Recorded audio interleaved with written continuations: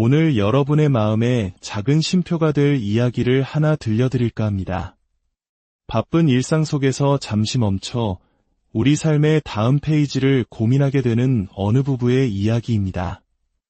오늘의 이야기가 마음에 닿는다면 구독과 좋아요로 저희에게 작은 응원을 보내주세요. 여러분의 따뜻한 마음이 저희에겐 더 좋은 이야기를 만드는 큰 힘이 됩니다. 그 따뜻한 마음에 늘 평안과 축복이 깃들기를 바랍니다. 어느 날 남편이 말했습니다. 이제 은퇴를 할까 봐. 그 한마디에 세상이 잠시 멈추는 듯했습니다. 월급 통장의 숫자는 멈추지만 전기세, 보험료, 생활비 청구서는 멈추지 않는 현실. 하지만 제가 진짜 두려워한 것은 돈이 아니었습니다. 제 남편은 가만히 있으면 오히려 병이 나는 사람, 끊임없이 움직여야 살아있음을 느끼는 사람이었습니다. 평생을 일과 자신을 동일시하며 살아온 그였습니다. 그런 그가 멈추려 하고 저는 갑자기 숨이 막혀왔습니다. 일이 곧 삶이었던 그가 멈추면 우리의 삶은 과연 어디로 흘러가게 될까요? 저는 하와이 빅아일랜드, 그 중에서도 코나라는 아주 한적한 시골 마을에 살고 있습니다. 많은 한국 분들이 하와이라고 하면 화려한 와이키키 해변과 쇼핑센터를 떠올리시겠지만 제가 사는 이곳은 그야말로 대자연의 품그 자체입니다. 호놀룰루의 번화함에 비하면 너무나도 조용하고 소박한 곳이죠. 물론 자연을 사랑하는 사람이라면 이곳 빅아일랜드는 분명 평생 잊지 못할 추억을 선물할 겁니다. 눈이 시리도록 푸른 바다와 태초의 지구를 상상하게 하는 검은 용암대지, 그리고 사방으로 뻗은 깊은 정적 속에서 오롯이 살아 숨쉬는 자연의 숨결. 현지인인 제 눈에는 더없는 평온이지만 잠시 머무는 여행객의 눈에는 어쩌면 지루함 혹은 적막함으로 비칠 수도 있겠습니다. 누군가에겐 삶의 쉼표가 되는 풍경이지만 또 다른 누군가에겐 삶의 마침표처럼 느껴질 수도 있는 곳. 그래서 이 섬은 마음이 바쁜 사람보다 세상사에 마음이 지친 사람에게 더 잘 어울리는 섬입니다. 오늘 저는 이 느릿한 섬의 남쪽 끝, 이름부터 혀가 꼬일 듯 어려운 국립공원으로 향합니다. 푸우호누아 오 호나우나우 국립역사공원. 하와이에서 나고 자란 토박이 동료조차 거기가 어디야? 라고 되물을 정도로 잘 알려지지 않은 곳입니다. 아마 이 길고 어려운 이름 탓도 한몫하지 않을까 싶습니다. 저는 그냥 입 근육의 노화와 발음의 무기력을 핑계 삼아 피난처 국립공원이라고 부르기로 했습니다. 푸우호누아 오 호나우나우는 고대 하와이 말로 호나우나우의 피난처라는 뜻을 가지고 있습니다. 아주 오래전 이곳은 두 번째 기회를 주는 신성한 땅이었습니다. 당시 하와이에는 카프라는 엄격한 사회 규율이 있었는데 이를 어긴 자는 사형을 피할 수 없었다고 합니다. 또한 전쟁에서 패한 병사들도 살아남기 어려웠죠. 하지만 그들에게 마지막 희망이 있었으니 바로 이 피난처로 도망치는 것이었습니다. 그 어떤 큰 죄를 지은 사람이라도 목숨을 걸고 이곳에 발을 들인 뒤 성직자의 용서를 받으면 모든 죄를 사함받고 새로운 삶을 시작할 수 있었습니다. 바람이 불고 파도가 검은 바위에 부딪혀 하얗게 부서지는 이 해안은 누군가에겐 그저 아름다운 관광지이지만 또 다른 누군가에겐 살아남기 위한 마지막 기도의 땅이었던 셈입니다. 살기 위해 용서를 구해야만 했던 사람들. 그 간절했던 마음들이 이 검은 돌과 푸른 바다 사이 어딘가에 아직도 숨쉬고 있는 듯합니다. 그리고 지금 시대를 건너뛴 우리는 전쟁 대신 생계와 싸우고 도망 대신 고단한 일상을 버텨내며 묵묵히 하루를 살아냅니다.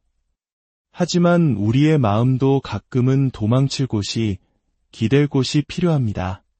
그래서 저는 이 화면 속 풍경이 지금 이 순간 지쳐있는 당신에게 작은 마음의 피난처가 되기를 진심으로 바라봅니다. 저는 요리에 아주 재능이 없는 편은 아닙니다. 레시피나 유튜브 영상을 보며 제법 그럴듯하게 흉내낼 줄은 알죠. 물론 처음 의도했던 결과물이 그대로 나오는 경우는 거의 없습니다. 없는 재료는 상상력으로 대충 메우고 부족한 양념은 어림짐작 손맛으로 때우다 보면 의외로 괜찮은 음식이 나오거나 아주 획기적인 정체불명의 요리가 탄생하기도 합니다. 맛은 뭐 복권 당첨 확률 정도는 아니더라도 먹을 만한 날이 있게 됩니다. 물론 이것은 전적으로 음식을 먹는 사람의 미각과 인내심에 따라 평가는 달라집니다.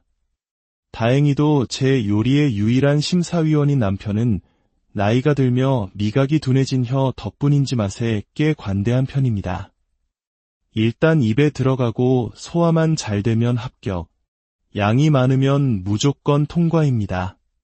그래서인지 제 요리 실력은 좀처럼 늘지 않습니다. 아주 잘한 날에도 오늘은 괜찮네 한마디, 완전히 망친 날에도 먹을 순 있네 한마디, 칭찬이 이토록 미지근하니 요리를 향한 제 열정도 덩달아 미지근해집니다.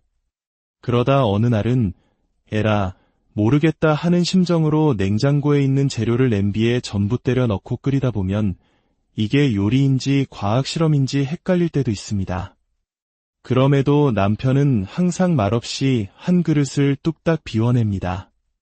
저는 압니다. 그가 솔직한 평가를 꿀꺽 삼킨다는 것을. 그 역시도 알 겁니다. 여기서 입을 잘못 놀리면 내일부터는 국물도 없다는 사실을.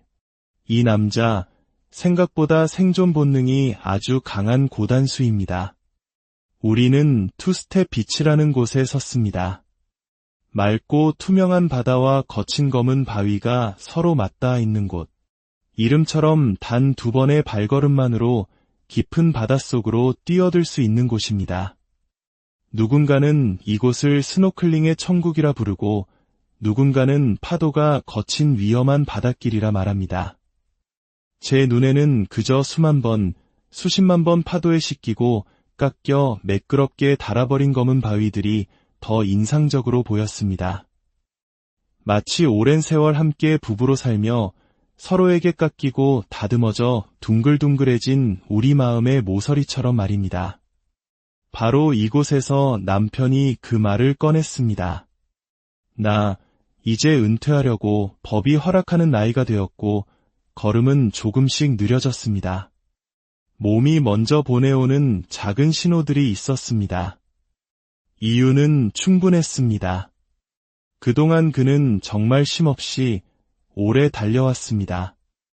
아파도 움직이면 낫는다며 이마에 열이 펄펄 끓어도 출근하던 사람이었습니다. 마치 일이라는 단단한 땅에 깊게 뿌리내린 거대한 나무처럼 거센 바람이 불어도 모진 비가 내려도 결코 꺾이지 않던 사람이었습니다. 그런 그가 이제 멈춰볼까 하고 말합니다. 저는 조용히 고개를 끄덕였습니다. 그래야지, 고생 많았어. 말은 그렇게 했지만 제 머릿속에서는 이미 전기세, 보험료, 식료품비 계산서가 요란하게 튕겨지고 있었습니다. 앞으로 펼쳐질 미래가 그려졌습니다. 일은 줄고 시간은 늘어난 남편. 그의 넘쳐나는 감정이 온전히 제게로 쏟아질 어느 날, 저는 어김없이 잔소리꾼 아내로 변신해 악처 역할을 찰떡같이 해내고 있겠지요. 아직 아무 일도 일어나지 않았는데 마치 재난 영화 예고편을 본 것처럼 가슴이 답답해지고 숨이 턱 막힙니다. 그러다 문득 헛웃음이 났습니다. 아직 오지도 않은 겨울을 걱정하며 한여름부터 목도리를 뜨고 있는 제 모습이 참 우스웠습니다. 우리는 어째서 100년도 채 못 살면서 천년치 걱정을 미리 사서 하는 걸까요?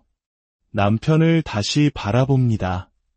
조금은 느려진 그의 걸음, 예전보다 어쩐지 작아진 어깨, 그리고 인생의 다음 장을 무엇으로 채워야 할지 잠시 막막해진 듯한 그의 표정. 그 순간 저는 깨달았습니다. 걱정보다 먼저 해야 할 일은 그의 어깨에 가만히 손을 얹어주는 것이라는 걸. 닥치지 않은 미래를 겁내기보다 막막한 오늘 하루를 함께 건너가 주는 것이라는 걸 말입니다.